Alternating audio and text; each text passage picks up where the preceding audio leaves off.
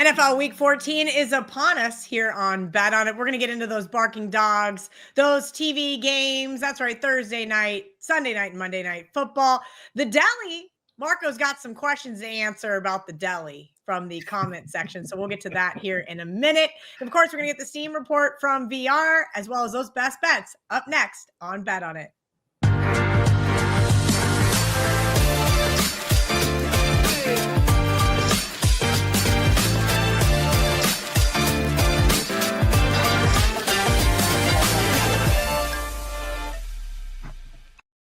Welcome in to Bet On It. Kelly Stewart here, Gianni the Greek, Marco D'Angelo, the king of the sub sandwich. We'll get to the Deli here in just a little bit because first we got to talk about Thursday night football. Marco, we were talking about this one a little bit off air. Dallas is a 3-point underdog at Detroit, 53.5. And VR kind of said, Detroit, if they play their best game, should kill this Dallas Cowboys team. And I said, absolutely. But this Dallas Cowboys team has been playing with a big-time resurgence since that Las Vegas Raiders game, particularly on the backs of that defense.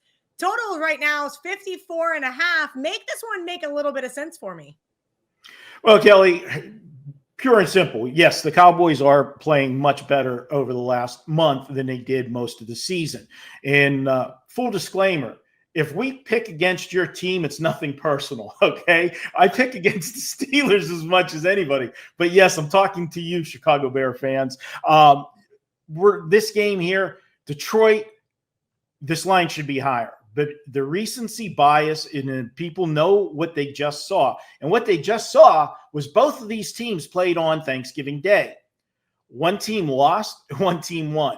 And I think it's creating a ton of line value with Detroit. Dallas has beaten in back-to-back weeks.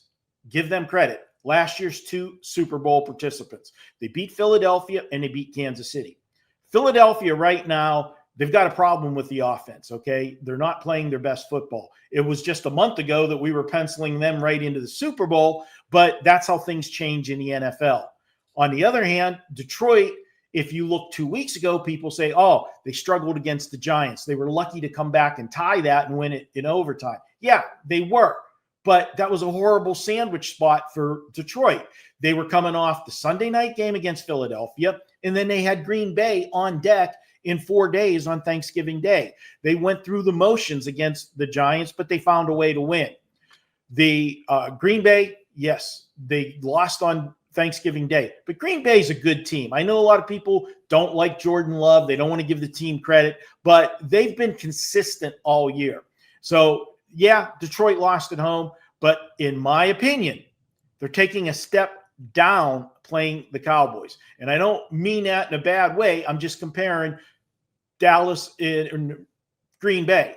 Those two teams on a neutral field, Green Bay is going to be favored. Pure and simple. And yet we're getting the same type of number this week with Detroit against Dallas. Give me Detroit. The value is there. We're all about trying to find value and present and make good bets. This is a good bet.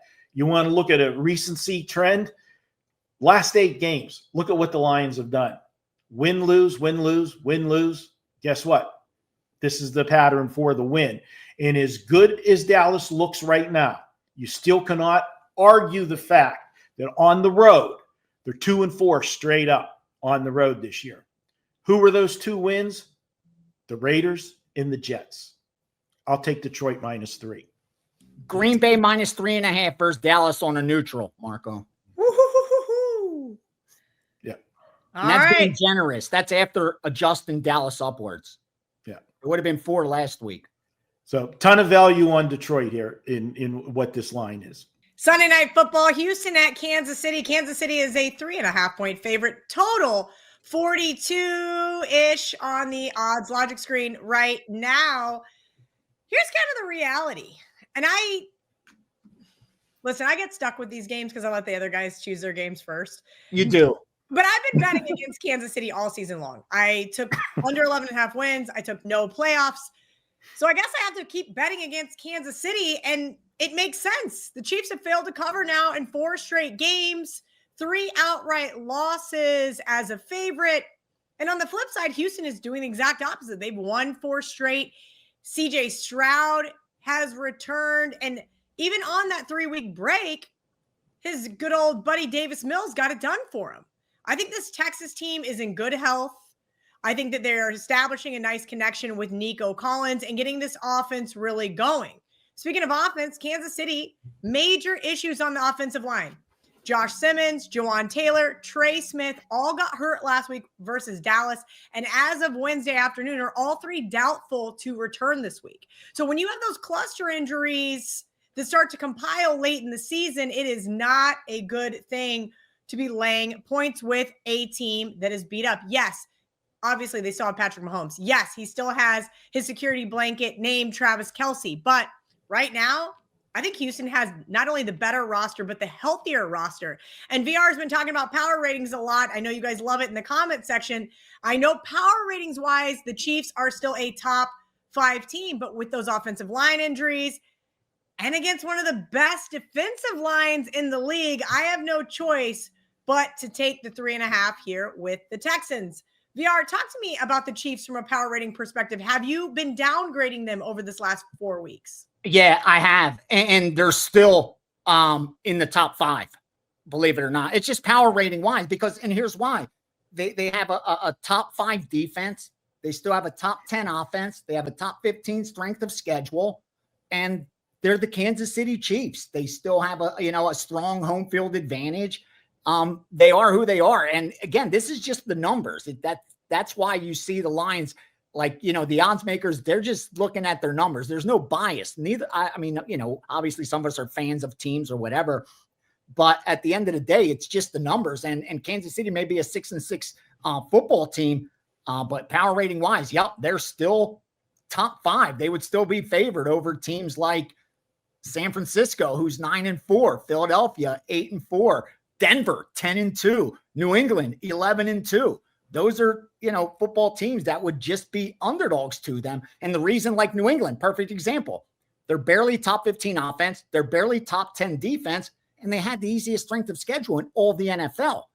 That's why they don't get that respect, even though they're an 11-2 football team. So it's just the data. It's just the numbers. And KC number-wise on paper doesn't mean on the field they're going to go out there and get it done. But on paper, that's the bottom line, that they're a top 5 power rated team.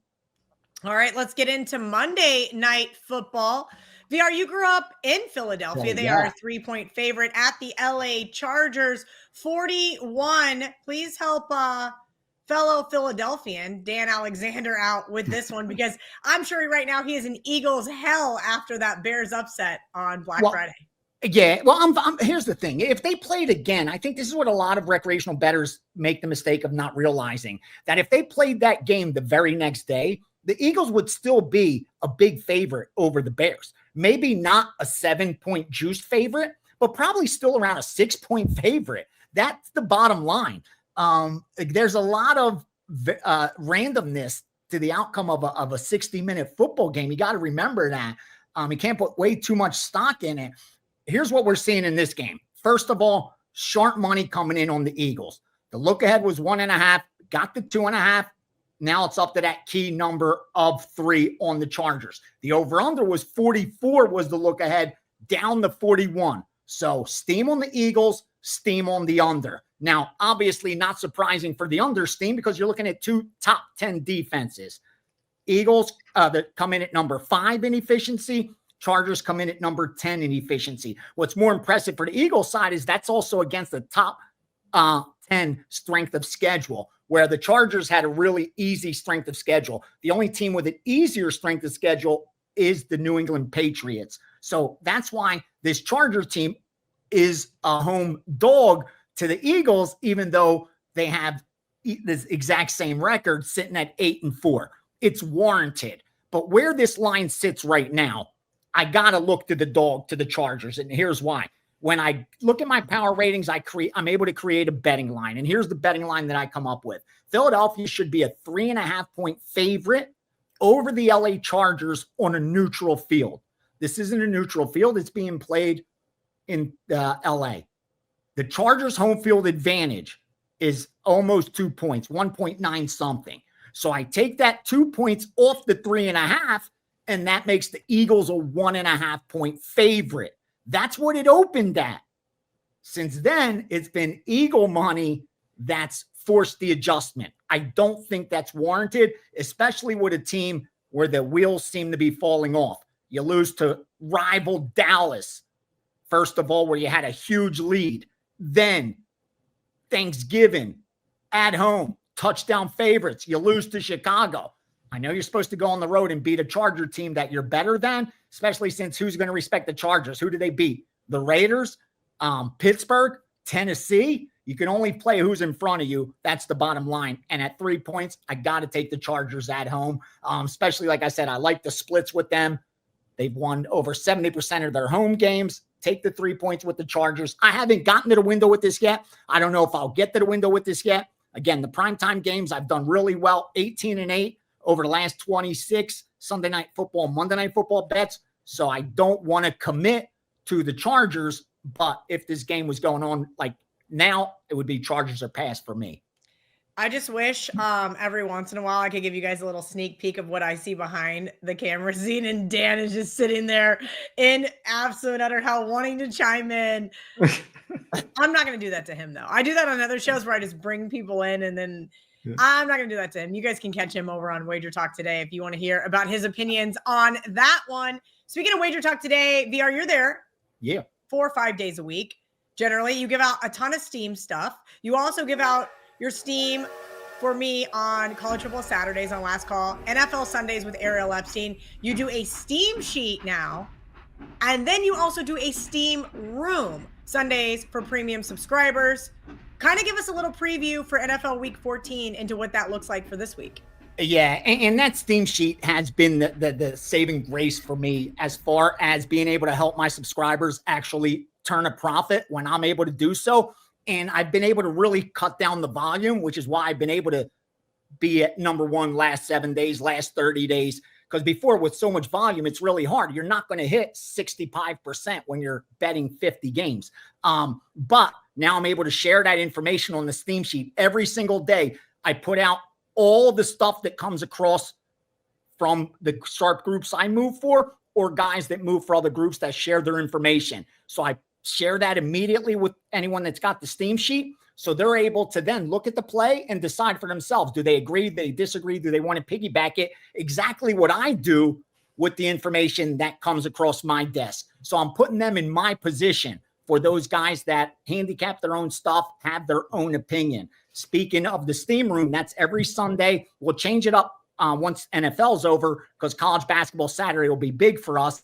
But final hour, we go over as many NFL games as possible. Always cover at least all the early games, side total player props, plus EV teasers, answer all your questions, and more importantly, discuss risk management, which is most important. Now, some of the Steam for this week in the NFL, I'm just going to read what was in the Steam sheet from Monday. Atlanta +8 and +7.5. Tampa, 136. Tampa -8, -8.5.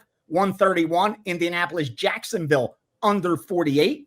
146, that's the Monday night game. Philly and the LA Chargers, under 42 and 41.5. Not all that much movement so far. Also, the Green Bay line, look ahead with 6.5. Dumped down the 5.5. Obviously, Chicago looked really good beating the Eagles, but that's when immediately steam came in on the Green Bay Packers, which we'll talk about a little bit later, and also under 45 in that game. So that's some of the games that got hit early in the week. But again, between now and Sunday, a lot of information. I'll be on Last Call as well on Sunday morning.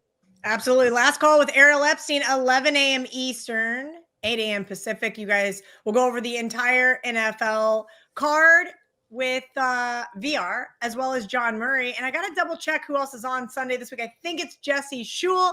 But next week, I've already got Marco D'Angelo penciled in. I already said, Marco, I need an early commitment from you because it is National Signing Day in college football. And he's going to be there following week with Ariel Epstein. Let's get into those barking dogs, guys. We got some big ones this week for what it's worth. Oh, yeah. And Marco, before we get into it, can you let me know what's going on over at WagerTalk.com as a whole?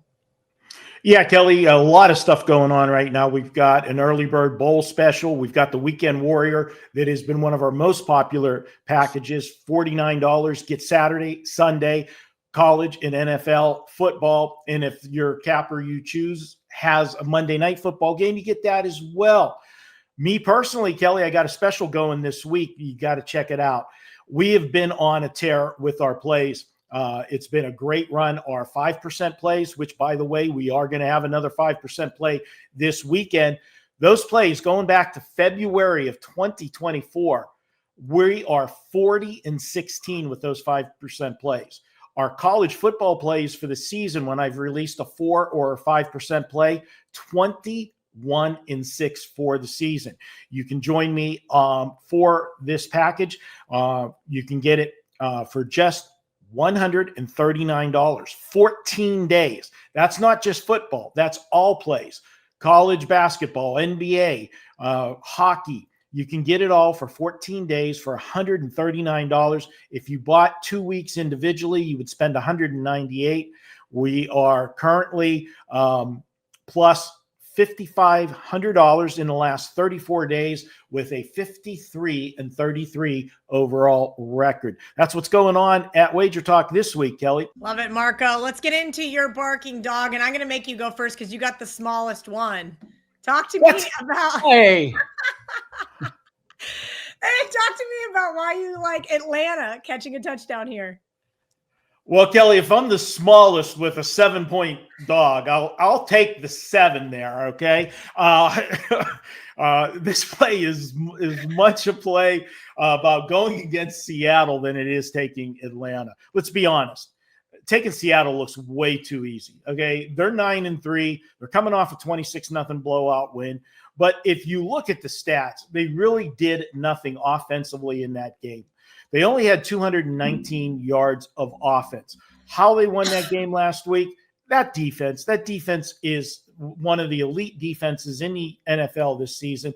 They had Minnesota turn the football over 5 times in one of the most ugliest performances I've ever seen out of an NFL team offensively. It was horrible. Sam Darnold, you thought he might have had a really big game last week. He was going against Minnesota, the team that he took to the playoffs last year, had the team have their best season in several seasons, but because he lost the last regular season game and he lost the first playoff game, Minnesota moved on from him. So that was a big revenge game for him last week. You know, what'd he do? 94 net passing yards on a 14 of 26 passing day. I look for Seattle to be flat this week. This is their 3rd road game in 4 weeks. 2 trips from the Northwest to East Coast coming in 3 weeks. That's a lot of travel for a team. And coming off that satisfying win in a couple of those games before this stretch, they had some big division games. So I think you look at the schedule, this is a place to really easily look against your opponent. And why not? Atlanta just lost to the Jets last week. The Jets. Kirk Cousins, he didn't do enough to win the game last week, but he did look a lot better than he did in his first start.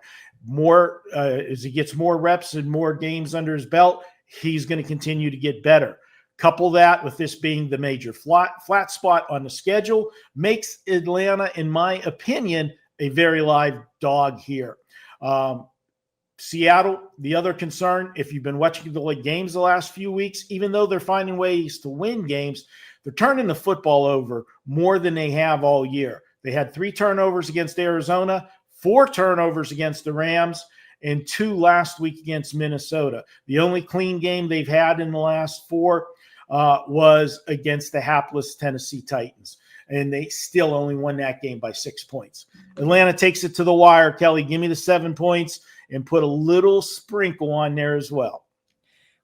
Marco, Seattle. I wanted to use them last week, and Brett made me use the Dolphins. Said, we can use Seattle later. All right, using Seattle this week. That is for sure.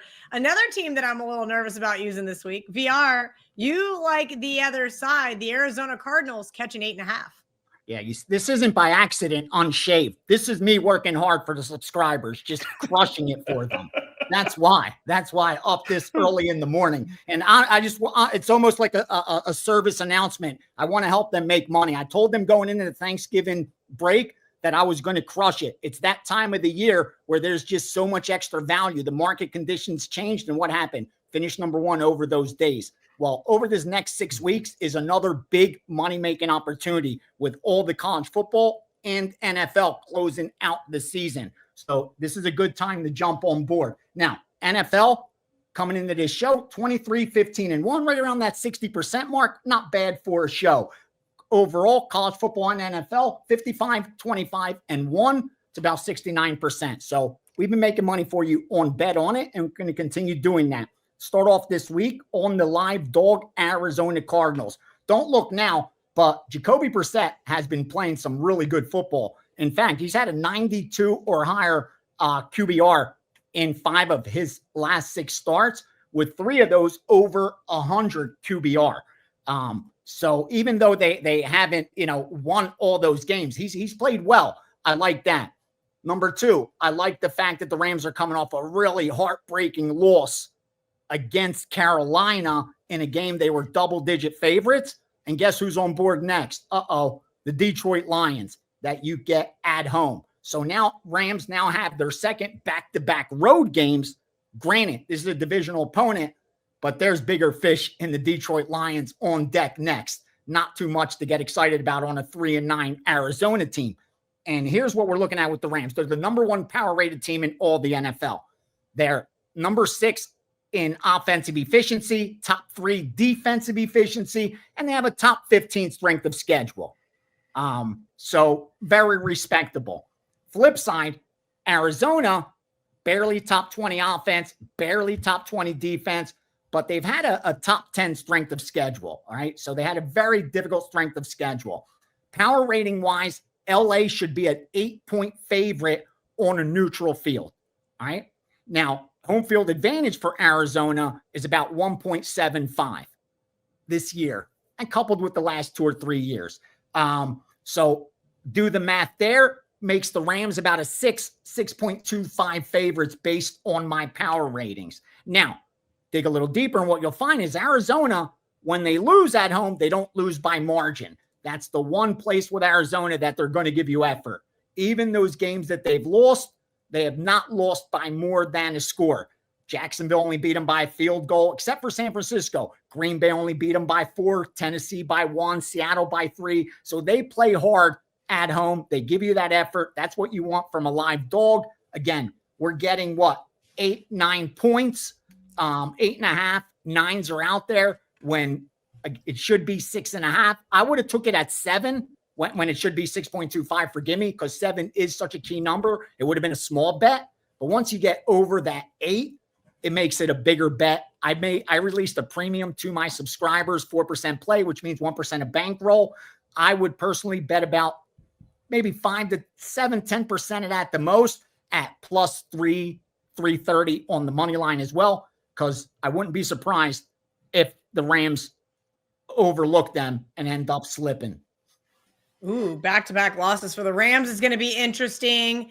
And hopefully this dog doesn't win outright and it's just back-to-back close losses, because I do think I'd have to take Tampa Bay in Survivor this week. I was just looking on my Splash account and I'm like, I don't think I have another choice unless I want to take the Cleveland Browns. So I think I am going to go with Tampa Bay, but I do like New Orleans plus the 8.5 here. And I do think it's going to be a lot closer game. I know Tampa's won 6 of the last 7 meetings, including just a few short weeks ago in October, where I probably should have used the Bucs because they won 23-3. And it was interesting then because they were running a 2 quarterback set. So now the Bucs can be prepared for either quarterback. Here's my problem, though. The Bucs have failed to cover the spread in the last 4 games. And New Orleans is the only team the Bucs have covered against the spread since mid-October. I think this line is just a little bit high, and that's probably because they're begging for Tampa Bay teaser money. But this is the most points the Bucs have been asked to lay all season. The way they've been playing recently and struggling, like they did last week against Arizona, I think it is going to be Saints or pass for me. I know last week the Saints should never have really been in that game, right? Dolphins went down, opening possession, scored, had a comfortable lead, and then they decided to proceed to give me a heart attack for the last 2 minutes of the game. That's exactly what's going to happen this week too. So take the 8.5 points here with the Saints and hope the Bucs actually going to win the game outright for me and my survivor. Marco, I said that you have to answer to the comment section for the Deli this week. And that's because even though you are 38-26 on the season, people are pissed. Wow. I gave some bad turkey sandwiches, and we went 1-4 last week. I've told you every week how good we've done with the Deli, and I'll tell you when we, win. I'm going to tell you when we lose. We had a bad week, but as you said, Kelly, 8 winning weeks, 4 losing weeks, 1 break-even week.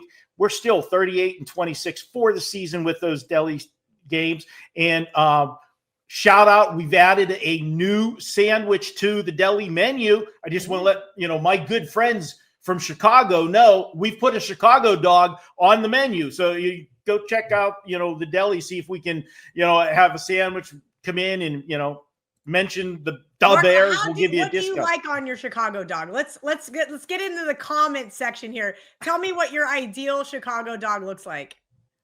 All right, Kelly. Now you're gonna let me piss off the entire city of Chicago again because I don't like the relish that goes on the Chicago dog. And okay, I know this is sacrilegious to true hot dog connoisseurs. One, it's got to be a Vienna hot dog. It's got to be the top of the line. That's what they make the Chicago dogs out of, the authentic places. But I'm going to kill it. I'm going to put ketchup on my hot dog. I'm sorry. Put ketchup on your hot dog. You put mustard on there too, but you absolutely put ketchup on there, Chicago. Oh, no, I get ridiculed. Pete, you don't. Chicago, you just set the comment section on fire. You're going to see how many people. Mustard, onion, relish. Yeah. Give me all of it. I would even just put all of it. I want it all. That's what a Chicago dog is to me. Okay. Well, I don't like the relish. I will substitute relish and I'll put sauerkraut on. I do like sauerkraut. I'll do that. Some sauerkraut. Make the Polish and German viewers happy. Everybody else is going to say you're disgusting. I know. Shout out to the Chicago fans, though. Really, I want you guys. I enjoyed spending the entire Thanksgiving weekend reading all of the bashes that you guys had. This is what I told VR and Marco to do. I said, you guys, there is a button on X that says mute conversation, and then you just let these people yell into the void of themselves.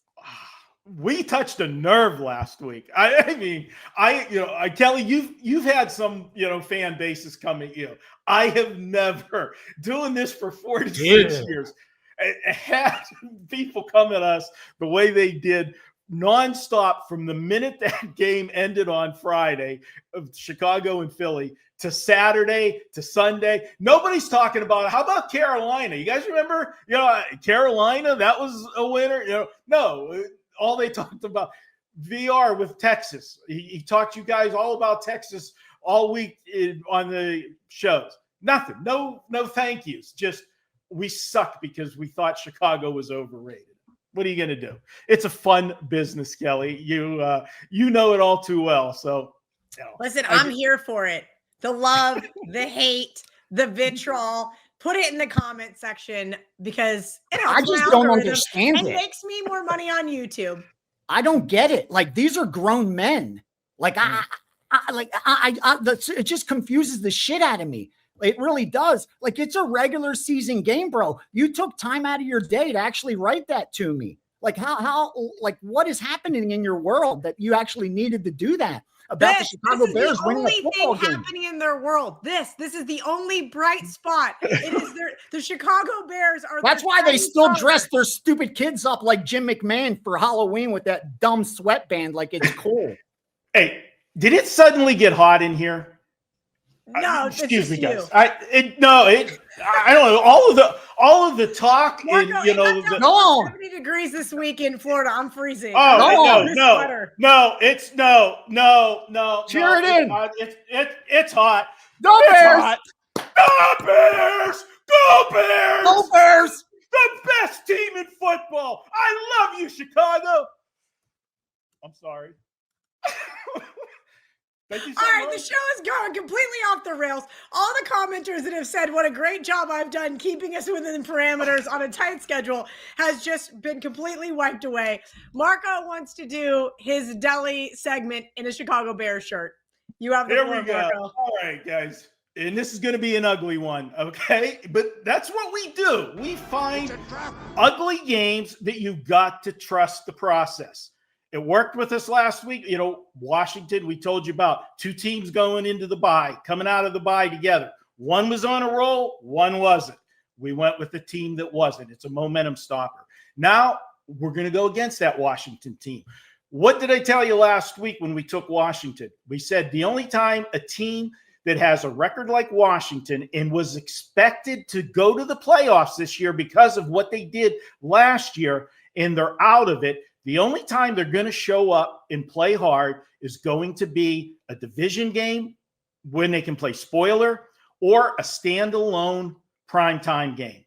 What was last week? A standalone primetime game on Sunday night against the Denver Broncos. They brought everything they had and they lost in overtime. They decided to go for 2 in overtime for the win instead of kicking the field goal and continuing play.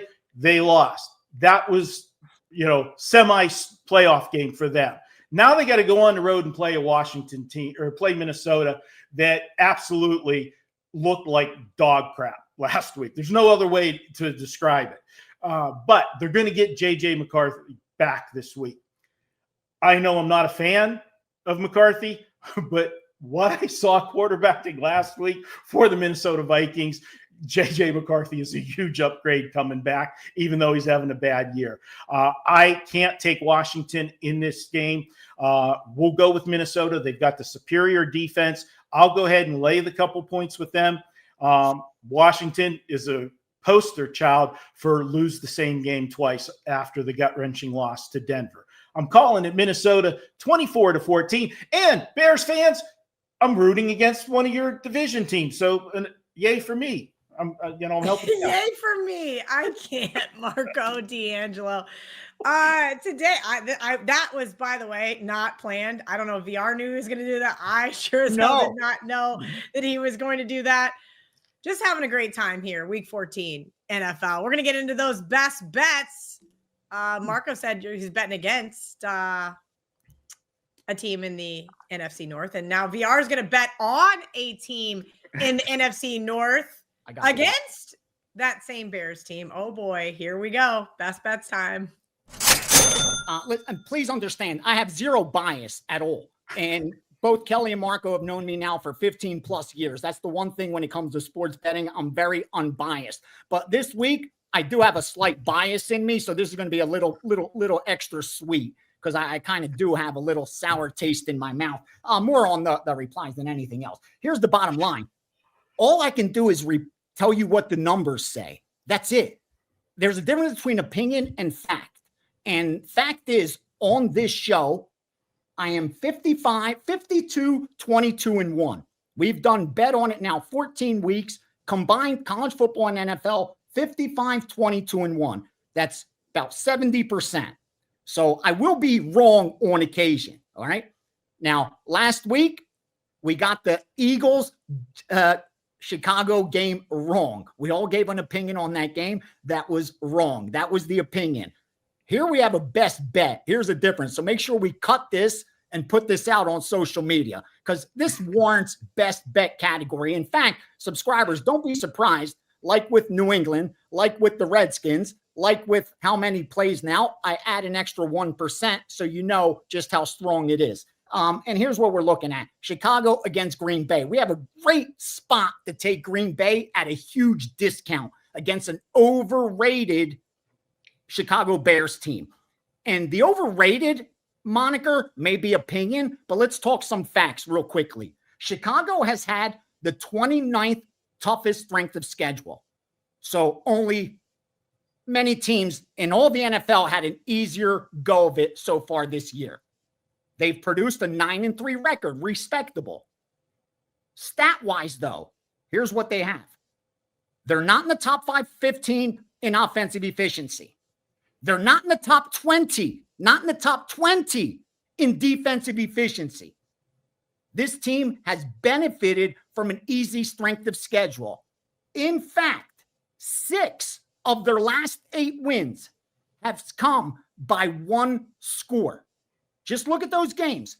They beat Washington by 1. They beat the Raiders by 1. They beat Cincinnati by 5. They beat the Giants by 4. They beat Minnesota by 2. They beat Pittsburgh by 3. There's so much randomness to the outcome of those games. This could very easily be a 3-9 football team based on the data. That's all I'm sharing with you, the data. Opposite side of the football, Green Bay Packers. Okay? Also, easy strength of schedule. 1 slot harder than Chicago, but also had an easy strength of schedule. But with that easy strength of schedule, they've produced the 4th most efficient defense, the 10th most efficient offense. That's what Green Bay's done. Power rating wise, on a neutral field, Green Bay should be a 5.75 point favorite, a little less than a 6-point favorite. But they have a home field advantage that's worth about 2.25. So we add that to the 5.75, and Green Bay should be about an 8-point favorite in this game. We're getting them discounted below that key number of 7 because the whole world just wants Chicago beat Philadelphia as touchdown dogs on national television a week ago. That's the only reason. Because on the other side of the football, Green Bay was beating a top 5 team on the road in the Detroit Lions. Take the Green Bay Packers, lay the 6, 6.5, 7. Don't bother teasing Chicago because they lose this game by 2 touchdowns plus. Oh boy. That was a mic drop against Marco and his Chicago Bears t-shirt. Who gets to go next? Marco, let me know what's going on over at WagerTalk.com from your side of things, and also why you like the Colts to have a bounce back week. Well, Kelly, I'll just be real quick. We've talked about it a couple times now. 14 days, all access for $139. You'll get every sport I release. I am not high volume. You'll get an average of 1 to 3 plays per day, and obviously more on the weekends. It averages out. But guess what? The last 34 days, we're up 55 units. That's $5,500, playing $100 a unit. Sometimes, the low volume, that's what I do, but I look for the quality, not the quantity, and check it out. Now, for this week, I'm going for my best bet. We're going to look at the Indianapolis Colts at the Jacksonville Jaguars. And this is one of those situations where it's public perception. And right now, people are in love with Jacksonville, and they're looking at Indianapolis like, I'm not going to try to catch a falling knife. They're not playing well.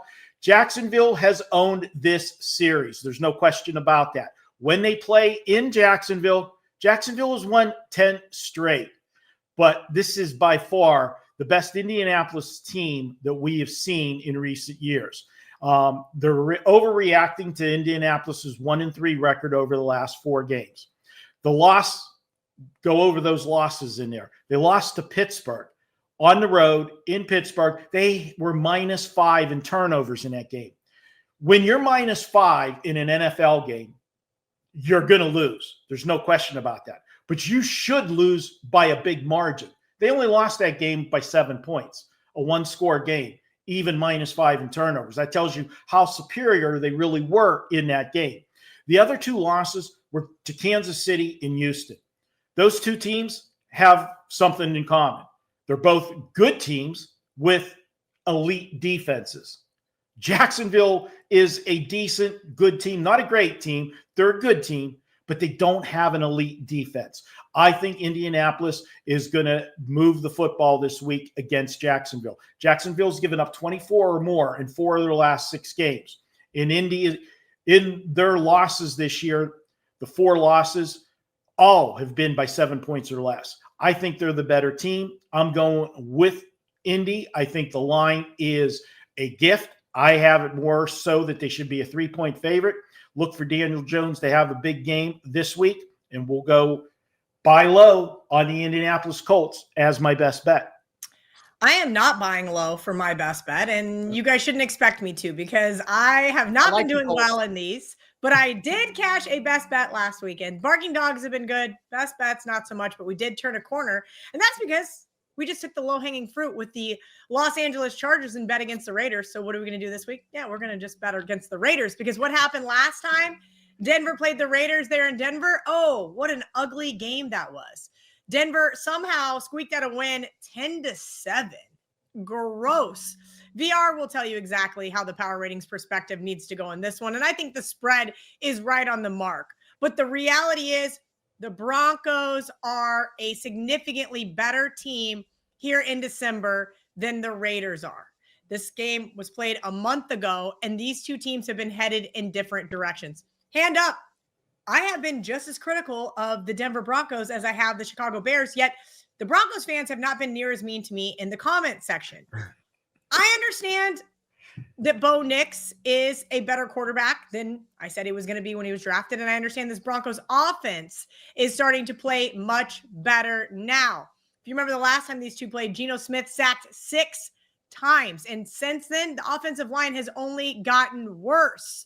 Not only riddled with injury, but now they're going to be missing Dante Thornton Jr. because he got a concussion last week with the Chargers. Please remember that Chargers game was 17, but that's because Justin Herbert was out during part of it because he suffered a hand injury.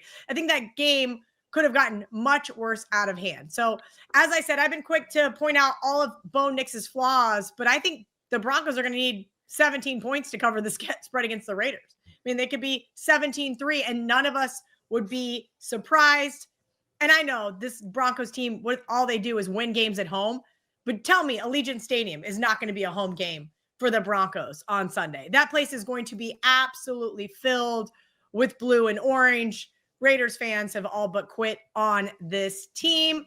Next up, we'll see if Pete Carroll cannot quit mid-season as well. He's looking pretty tapped out there on the sidelines. Shout out to all of you guys for hanging out with us every single week here on Bet On It. And we appreciate you letting us poke a little bit of fun back on everyone. From myself, VR, and Marco, to next week, let's bet on it. And of course, if you missed the college football edition of Bet On It, it's right here. And if you prefer to watch the mega show, click right above. It is December the 2nd. I've got a loaded NFL TNA report for this week. Welcome. I am Ralph Michaels, and this is the WagerTalk NFL Trends and Angles report. We're going to look at which teams have been the healthiest and unhealthiest this season. We're going to look at NFL teams that are division opponents and playing for the second time in a season. And I've got 5 super systems, including one system that is 89% on one team and a 70% fade on their opponent. Stay tuned. Also, 3 other super systems that are 78, 71, and 68%. Well, let's start with the first chart. We're going to look at the healthiest teams in the NFL ranked from top to bottom. Now, if you want to take a deeper look on this chart, I did post it on my X or Twitter account. It's at CalSportsLV. It's available for you right now. Well, the 2 healthiest teams in the NFL this year, the Green Bay Packers and the LA Rams. You'll see that combined, they have played 51 players on offense and defense. Right behind them for the healthiest teams, New England, Atlanta, Pittsburgh, and Chicago. If you look at the bottom of the chart, the Detroit Lions are at the very bottom. They have used 65 players. Think about that. They have used 14 additional players than the Packers have. That is like playing almost your entire third string, where the Packers are basically playing their first and second string and a few third string players. So big advantage having played 14 fewer players. The unhealthiest teams this year, Detroit, number 32, Indy, number 31, the Chargers, number 30, and Seattle, the Giants, and the Bills, all tied at 27. The one thing that pops out to me, take a look right in the middle of the chart. You see the New Orleans Saints. On offense, they have a red number. They're number 30 in the number of offensive players used. On defense, they are number 5. They've used the 5th fewest players. Is that a reason they're 3-9 over under? It certainly is. With an offense that's unhealthy and a defense that's been very healthy, that is exactly why the New Orleans Saints are 75% to the under this season. Chart number 2. Division games, the second meeting of a season. And I love when the charts are pretty clear like this. Take a look. Down the left-hand side, you're going to see capital P, colon, W, H, F. That means in the previous or first meeting, that team won as a home favorite, won as a home dog, lost as a home favorite, lost as a home dog. So if you won the first meeting as a home favorite, now you're a home favorite, now you're an away favorite, you see they've gone 47.6%. But if you're a favorite in the second meeting and you won the first game as a home dog, you lost as a home favorite, or you lost as a home dog, you'll see those records 86%, 62.5%, and 62.5%. Teams that are a dog in the second meeting, you'll see 3 of those are reds or negatives. There's 1 positive, and this makes total sense to me. If in the first game in a division meeting, you lost as a home favorite, you're embarrassed, and now you're playing again as an away dog, that's been a positive. 48-34 against the spread, 58.5%. But in the other 3 categories, if you're a dog in the second meeting, you'll see 49.2, 49.2, and 45.1% ATS. I do want to go through one quick scheduling note. I will not have a college football TNA report for this week of the conference championships. Not enough data to take up your time to go through some information that really is not really relevant because it changes so much. But I will be back in 2 weeks. I will be back next week, about December 9th or 10th, Tuesday or Wednesday. And you will want to make sure you catch my bowl TNA report. It's a must watch before you bet any college football bowl game for this 2025 season. Well, let's get through our 5 super systems for the week. System number 1 applies only to Thursday games. On Thursday, the favorite off a loss as a favorite with a total of 42 or more. That would be the Detroit Lions. They're favored this week. They're off a loss as the favorite, playing on Thursday with a total of 42 or more. Those teams since 2007 have gone 35-10, 78% against the spread. System number 2. We have small away dogs. You have a away dog to +5. They're off a loss as a home dog. They scored under 21 points last game, and they're playing a non-division game. So, which team does this apply to? That would be the Tennessee Titans. I can't get betting the Tennessee, but I'm just sharing the data with you, so that's up to you. Again, a small away dog to +5. They're off a loss as a home dog. They scored under 21 points, and they're playing a non-division game. Since 2014, they have gone 30-12 against the spread, 71.4%.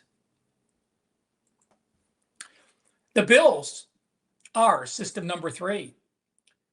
They trailed at halftime. Remember, they trailed against Pittsburgh going into last week.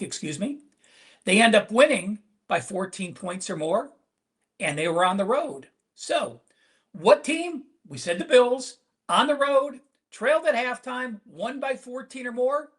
Guess what? Those teams have continued to play well. 21-10 with 1 push. That is 68% since 2006. And let's finish it off with 2 systems that apply to the same game, mark it down.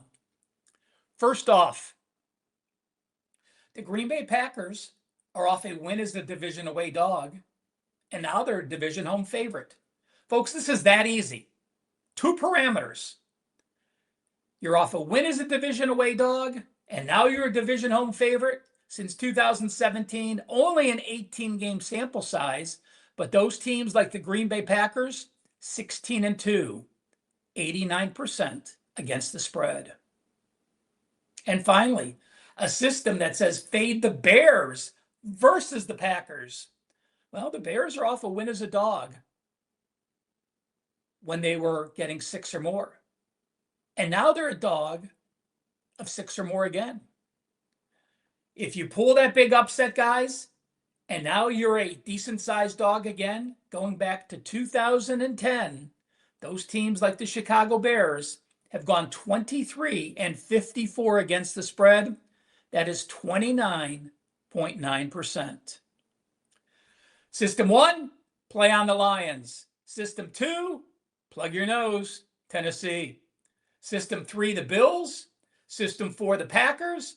System 5, fade the Bears against the Packers. Check out the great specials. A 12-month special. You can save $500 right now.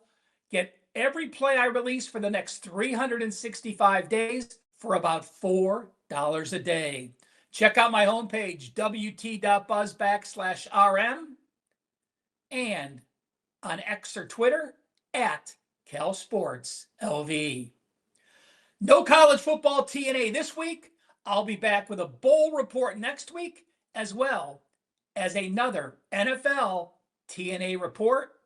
Hit that like button, follow WagerTalk on all their social medias, and thank you so much for taking time out of your busy day to tune in. Who's hungry? The deli's open. Hey guys, Marco D'Angelo here for another edition of Marco's Deli, powered by WagerTalk.com. We're going to take a look at some college and NFL games for you this week on the Deli. Got some work to do. We had our first bad week last week on the Deli. Hey, I'm always here telling you when we win. I'm going to tell you when we lose too. Last week, we went 1-4 on Marco's Deli. That brings our season record to 8 winning weeks, 4 losing weeks, and 1 break-even week. And on the net games, well, 38 winners, 26 losers. So still a very profitable season here for the Deli. And let's get right back on the winning track. Limited schedule this week, guys, obviously because of the conference championship games. So we're going to have for you 3 plays on this week's Deli instead of 5.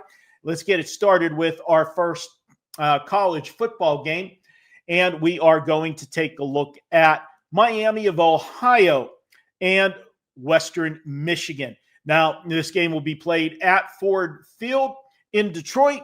And obviously, it's a neutral site, but it does definitely favor Western Michigan. Miami enters the championship game at 7-5, while Western Michigan is 8-4. Now, when you first look at this one, you would see Western Michigan with the better record playing in Michigan, and you would think that they would be a bigger favorite. Now, the line only 2, even actually seeing a couple 1.5s floating around, but it's pick the winner. And this is a little bit of a trap because the knee-jerk reaction is to jump on Western Michigan. But I'm going to tell you that would be the wrong move. Personally, my numbers have Miami of Ohio being the favorite.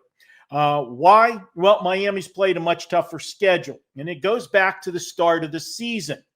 Miami opened up the season, their first 5 games, 4 of them were on the road. Now, remember, that first couple games of the season, that's where teams play out-of-conference games. So generally for a MAC team stepping out of conference, you're going to be stepping up in class, and playing on the road makes it even tougher. I think that is going to serve Miami well in this game.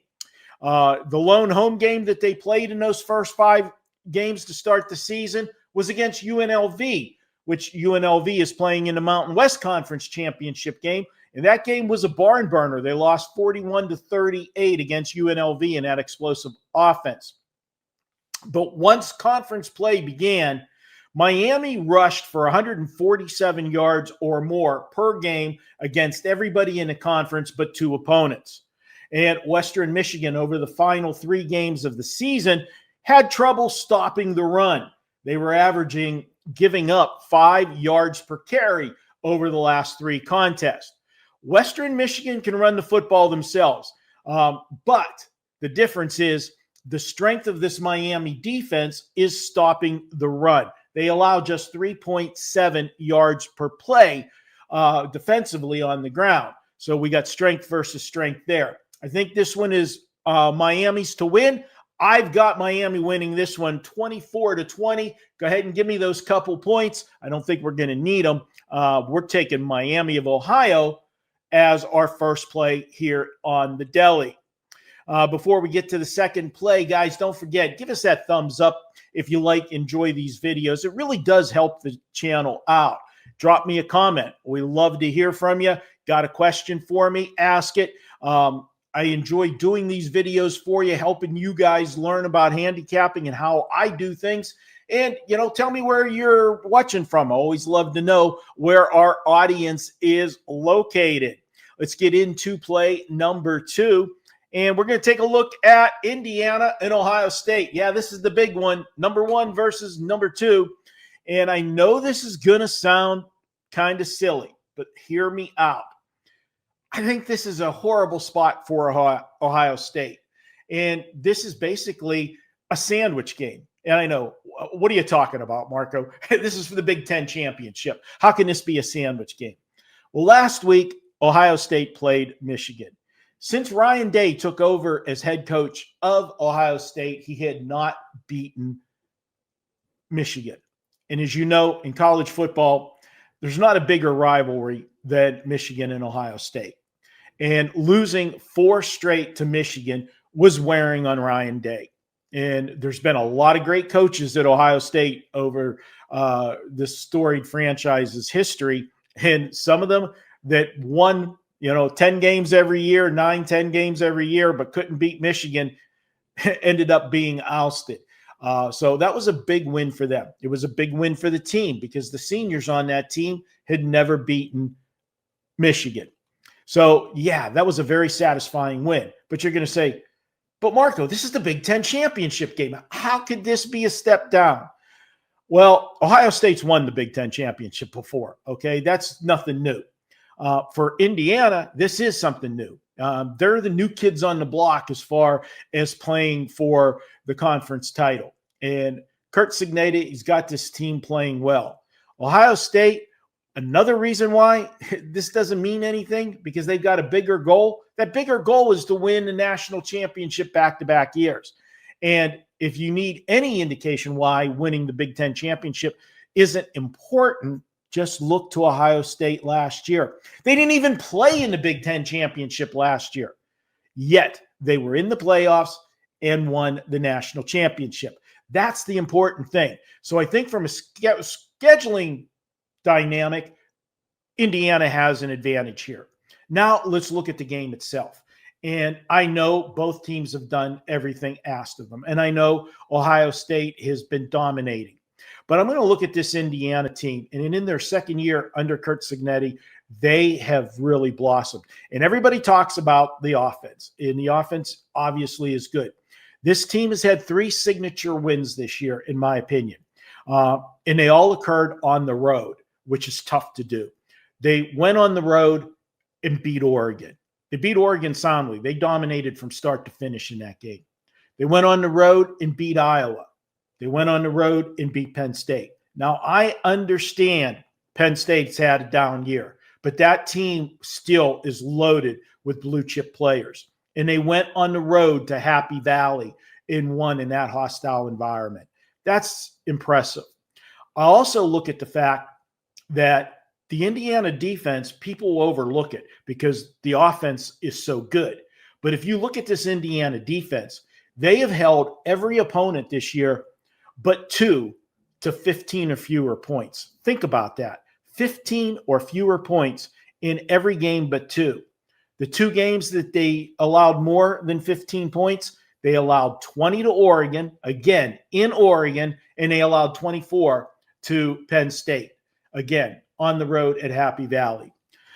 If these two teams meet again down the road in the national playoffs, I may have a totally different opinion.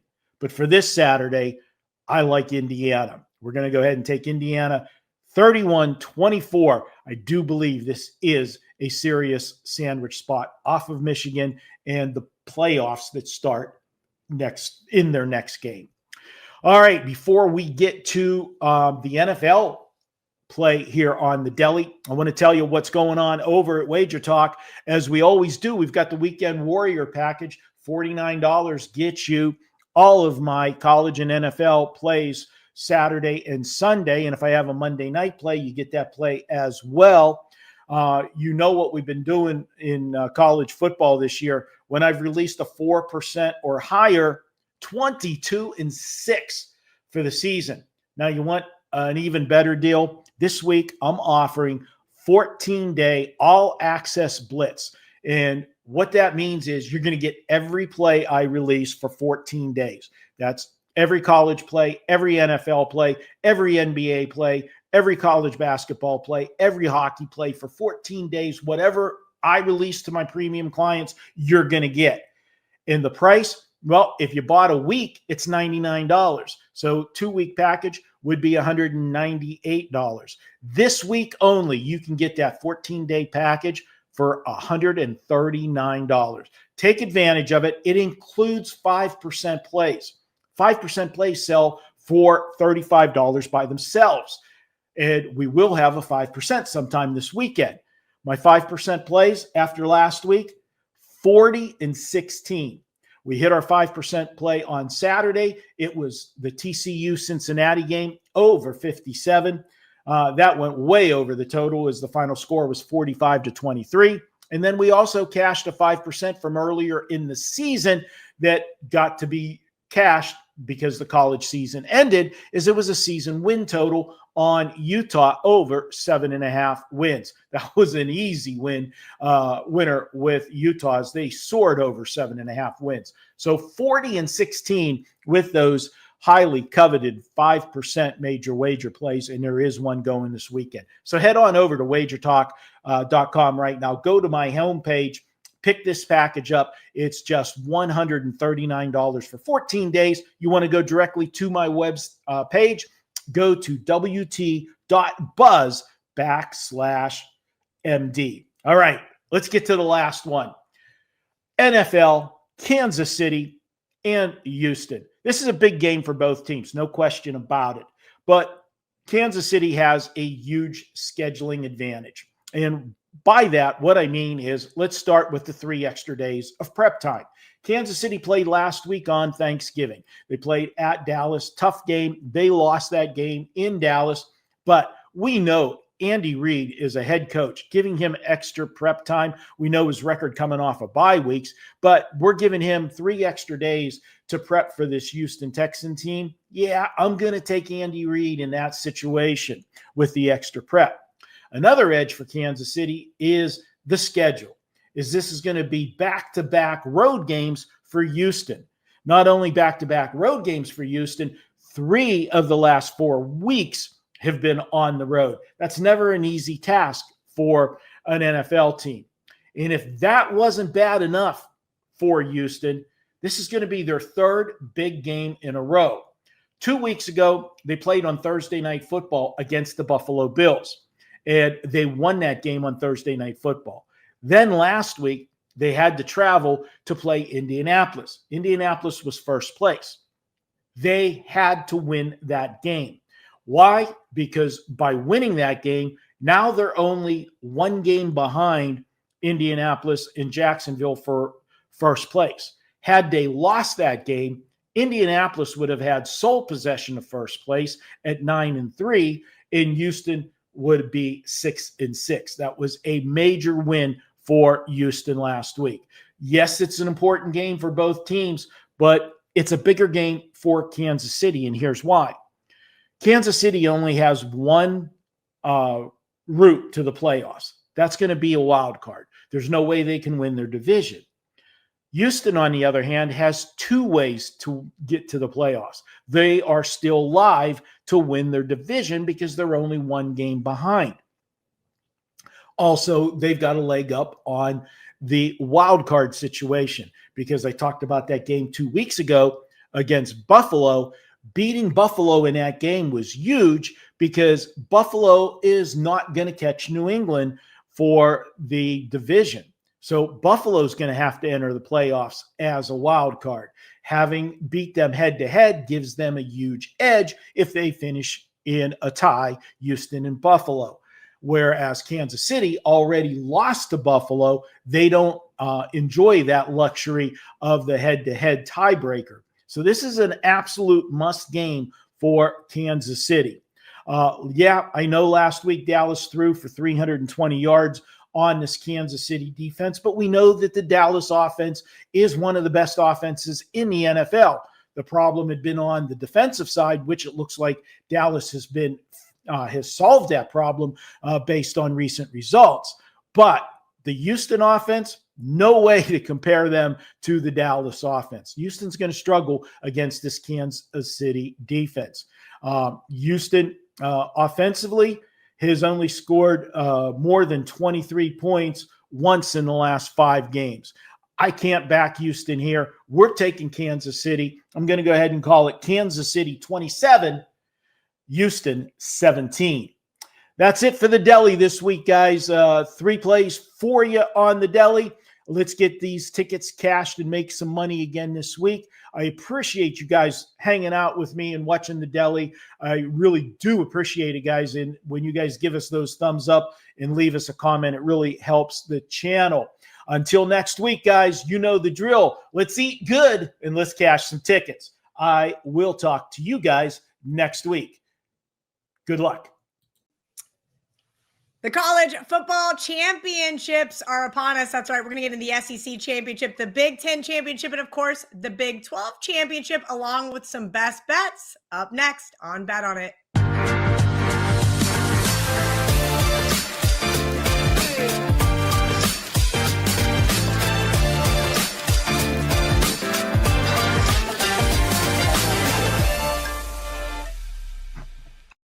Welcome into Bet On It. Kelly Stewart here. Gianni the Greek, Marco D'Angelo. All right, guys, this is going to be a shorter show today, but we still got lots of information for you, and we're going to go right off the top with Marco D'Angelo. The Big 12 Championship is on ABC at 12 p.m. Eastern. Number 11 BYU is a huge underdog, as Marco would like to say, plus 13.5 versus number 5 Texas Tech. Total 50.5 right now on the odds logic screen, Marco. Okay, hand up. I know nobody ever likes for me to talk about my winning bets. They only like me to talk about my losing bets in the comment section. But I do have Texas Tech at 12-1 here, Marco. But all week long on social media, I've been saying BYU should get into the college football playoff. I think this team is really solid. This line's a little bit high. Do I take a little BYU here and hope for a middle, or am I just getting greedy at this point? Oh, Kelly, you know me. Every time you ask me a question about, should I hedge something, I'm old school. I'm sorry. And it goes back to my horse racing days where the old adage is if somebody offers you a good price on a horse, take it, because a cashier's check never goes lame. Horses do. In this case, if you're holding 12-1, Kelly, why not just protect, what your one was to make it a free roll? And that free roll, you could still cash both because they're getting 13.5.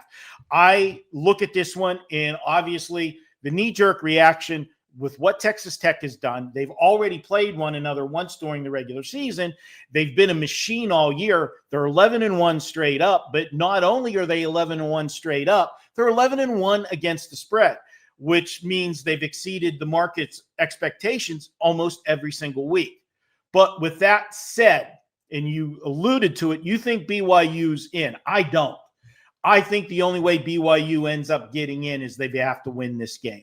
Texas Tech, they're a slam dunk. Doesn't matter what happens in this game. They're going to make it. And you go back to that first game, BYU killed themselves in that game. They had 3 turnovers, which saw them fall behind And then they had to abandon the game plan a little bit. They had to pass more than I think they wanted to in that game. They need to come in here and establish the run game. And the one thing about BYU and the other team from the Big 12 that I was very high on, and I cashed my season win total ticket with it, was Utah, is because they have that brand of football where they play big physical football. They have good defenses. And if you look, even though they lost by 22 points and were -3 in the turnovers in that game, they held Texas Tech to their second lowest output of both points and yardage. I think they got a shot in this game to keep this game close. We always talk about revenge and in season, and, a lot of people blindly say, oh, hey, it's hard to beat the same team twice in the same year. No, it's not. It happens more often than you think. But the difference in why I like to look at the dog in a situation like that is if you're Texas Tech, what do you change from the last game? You beat them by 22 points. But you're BYU, you're going to the chalkboard. You're coming with a different game plan. And Texas Tech doesn't know what that is yet. And so for me, I like BYU plus the 13.5. And you know what? I don't have a problem for the show. It's officially BYU plus 13.5. But because of the adjustments I said at the beginning and Texas Tech not going to know what they're doing, I wouldn't have a problem with a first half wager on BYU as well. All right, well, I'm going to take BYU plus the points here with Marco D'Angelo. And I'm also going to argue that the reason why I think BYU should get in is because I don't think Notre Dame or Miami should get in. So if you guys disagree with me in the comments, that's why 11-1 BYU deserves to get in. Two Big 12 teams, the ACC, really, we're going to get to that at the end of the show. VR is going to talk about the SEC Championship game, also on ABC, 4 p.m. Eastern. Number 3 Georgia is a 2.5-point favorite over number 10 Alabama, 47.5 VR. I'm going to talk about my bets again, just because the comment section loves it so much. I got Georgia 10-1 to win the national championship. I didn't really have a big interest in this game. I think it matters more to Alabama than it does to Georgia. I think Georgia's in regardless of a win here. Break down this one for us. Yeah, this is the best time of the college football season over the next couple weeks when we got this championship week, bowls, playoffs. Like, there's so many money opportunities, and it's all because of the narratives that have been built throughout the season. And this is the sheet right here that has the real rankings, the real ratings of this team. And here's what I'm going to talk about real quickly. This is legit. These two teams are pretty much close to where they should be. And here's what I mean. Alabama is ranked 10th, all right, in the polls right now. Georgia's ranked 3rd. That's wrong. That's the mistake. Georgia's right below Alabama, power rating wise. They're like coin flip with each other. But Alabama's above them right now on my power ratings, even though you look at Georgia, at least on paper, with the better record. And a comparison when we get this late in the season, like a lot of these teams are there because of their record or they made it through their conference. But there's a lot of phonies still around. Like a perfect example, I just got to share this. Like the fact that I went through my rankings for every single game on this, and that I see they have Virginia as the 16th ranked team in the country. They're not even in my top 40 power rating wise. Penn State's top 10 and Virginia's not top 40. Like, that's where there's so much value in college football. Getting back to Alabama, Georgia, this is the TV game. 12-2 on those. Now 32-10 in college football, and bet on it. I'll take that. For me, it's easy. I'm on Georgia like Kelly. I have a future on Georgia to win the SEC. So I'll be automatically on Alabama. And here's why. I like Alabama in this spot. Now, the wise guys are on Georgia. They laid the 1.5 right away. That's why you're looking at 2.5. And don't be surprised if it gets to 3. That's why I've sat back, hoping I don't have to lay juice to get that 3 on Alabama. Because, like I said, power rating wise, I have Georgia right below Alabama. And here's why. Strength of schedule, Alabama's had the tougher strength of schedule. Offensively, Alabama's the better team. Defensively, they're extremely comparable. So I have the team with the better strength of schedule. I have the team with the better offense. and more or less comparable defenses. I also have the team that already beat Georgia in Georgia earlier in the season. I already have the team that's owned Georgia, beating them 9 of the last 10 and catching 3 points with Alabama. It's the right side, win or lose. Like, this line should not be 2.5, 3. This is a coin flip type of game. There really is no home field advantage to speak of. These two teams know each other extremely well. They know where they're playing. Take the points with Alabama. Again, not a best bet. Haven't gotten to the window with it. But for me, it's an automatic bet because of my future on Georgia. It's an automatic hedge. If I love Georgia, I'd let that ride because now I'm getting, upwards of 3-4 to 1 on a minus 2.5 favorite, on a minus, 130, 140 and getting 2-3 to 1. You got to let that ride. But I don't like Georgia. I do like Alabama here. All right, Vera, this is a question I got on the Kelly and Murray podcast this week, but I said, this isn't a Kelly and Murray question. This is a VR question. And the question was, why not just tease Alabama with this low total in college football? Explain to everybody who hasn't heard your teasing college football rant before why this is a bad idea. Well, number one, you have to find another team to tie them into. That's right. You're putting yourself behind the 8 ball to begin with. We also know that mathematically it's been proven already that going through the key numbers of 3, 6, and 7 don't put you in a plus EV category when laying minus 120, 125, and 130 like most are doing on teasers. So I can't make it any simpler than you're placing a negative EV bet and now just hoping to be lucky. Again, I've moved steam for 20, 30 years now. And I remember one time only that we've ever teased college football. And it came down to like last year or the year before. It just fit their criteria. But otherwise, it's a negative EV play because there's just too much variance in the scoring compared to the NFL. Even in the NFL, where our point differential is about 10 points off the point spread, it's a lot greater in college football. So even in NFL, where we say the lines are extremely tight, it's hard to beat, the average point spread is 10 points off the final score. That's why 6 points don't help you. And before you say, well, how about we do 10-point teasers? The vig you got to pay makes that negative EV also. In college football, the variance is much greater. The difference between the final score and the point spread differential is much greater. Those 6 points will not help you in college football. It's like teasing totals. It's just not going to help you. So don't do it. If you're not willing to lay 110, the teaser's not a good bet. All right, you heard it from the horse's mouth. And I actually just wrote the video team. And I said, hey, I think we need to do a special WagerTalk Insiders edition of VR's power ratings. We're going to work on that. So especially with the playoffs. I think we should do that. So if you guys aren't an insider, right now is the time to join. $2.99 a month, WT.buzz/insiders. Get you early access to shows like Bet On It, Marco's Deli. And of course, every once in a while, we let you guys into that premium subscriber only Steam room with VR.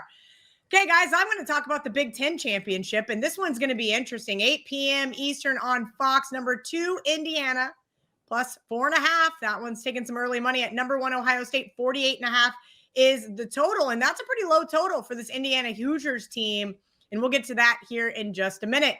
Anybody want to guess when the last time Ohio State didn't beat Indiana? That's a trick question from the Gold Sheet. 1990, because the Hoosiers didn't win that game either, because it ended in a tie. Anyway, so glad we don't tie in college football anymore. But Ohio State has been on an absolute tear this season, guys. 10-1-1 against the spread, including just last week's 18-point road win over Michigan in Ann Arbor. And Marco may tell you that that was one of those spots where Ohio State had circled, right? And Ohio State was looking forward to that. Maybe they spent a lot more time on that game and ensuring a win than they have in a Big Ten title game, because they haven't played in a Big Ten title game since the 2020 season, making that an extra game for this team. And I know that coaching staff spent extra time to prepare, while the Hoosiers, on the other hand, were a 4-touchdown favorite over Purdue and probably already started preparing for the Buckeyes. Hey, no problem. The Buckeyes, more talented team. But I want to go ahead and say Kirk Cignetti has this one circled and has for a long time. Historically, in the Big Ten championship game, the favorite is 8-0 straight up and 6-2 against the spread in the last 8 championship games. But Ohio State is responsible for 4 of those wins. Michigan has 3. And then, of course, Oregon got it last year over Penn State. 5 of the Buckeyes' last 7 games have stayed under the total. And that's why I think this one is really low. If you like Ohio State, I think you also like the under. Indiana coming off another just absolute thrashing, as I mentioned with Purdue last week, scoring 56 on the road. Mendoza right now is the Heisman Trophy favorite, just slightly. We'll see if that is a distraction for him in this one.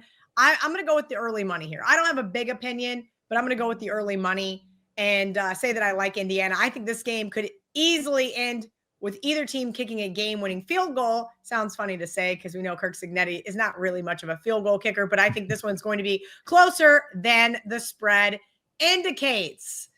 All right, boys. Well, it's going to be a short show today, as I mentioned. There's no sandwich games. It's too early to talk about the bowls. No really barking dogs, I guess, if you want to get into it. Maybe my best bet can be one of those. So we're going to let VR go first with his best bet with a barking dog as well. A little dog, if you will. Tell me why you like Tulane, VR, and why people should be buying it up to 3.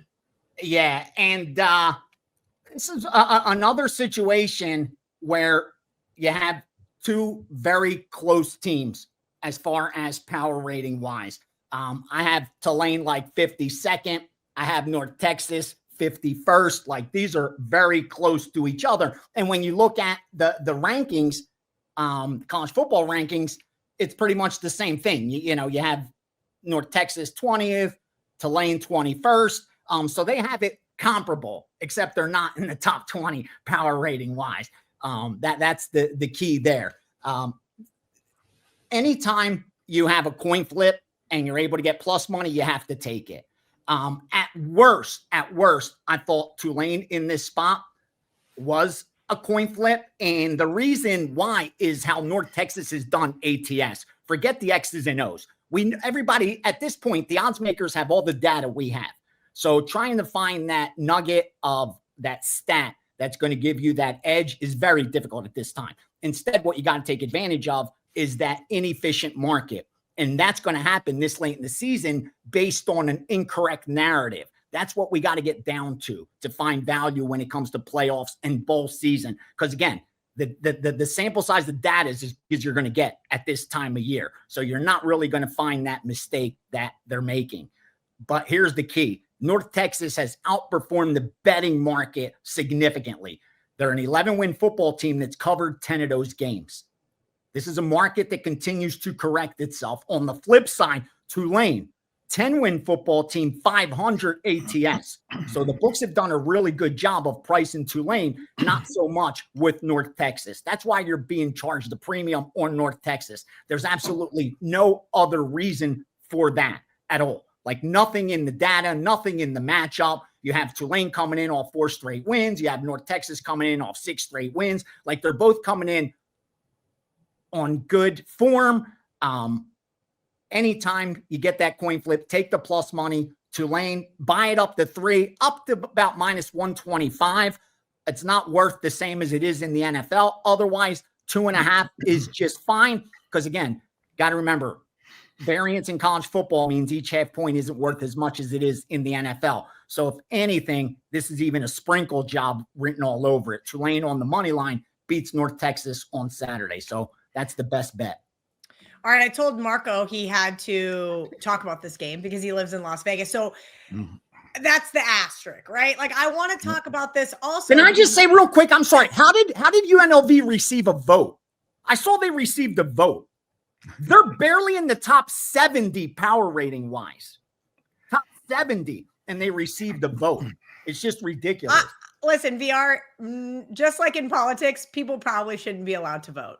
And well said. people. Well said. I'm sorry. Like we've saw it where the woman put USF over plenty of teams and then they got throttled by Miami. Like these people aren't paying enough attention to actually be able to insert real votes. Marco, I know that you are having an opinion on the total, but I'm going to ask you about the side first as well. My buddy Mark is holding a ticket for UNLV to win the Mountain West Conference. And he texted me this morning. He goes, what do I do? I said, the only way you can hedge it is Boise State money line. Your thoughts on this revenge situation here for the Broncos? Again, I know you like the total, but I got to get that question asked for Mark first. No problem. I'll get to that question in a second, but we got to talk about what's going on this week at WagerTalk. And for me personally, we still have the Weekend Warrior, which has been very popular with everybody. Get you Saturday and Sunday, all the college and pro football for $49. And if there's a Monday night play, you get that free as well. Me personally, I've got a 14-day all-access blitz going this week. Guys, we were number one for the month of November at WagerTalk. Our 5% plays are now 40-16. We had one last Saturday that won, an easy winner on the TCU game to go over the total. Even surviving a 90-minute weather delay in that game, we still got the job done.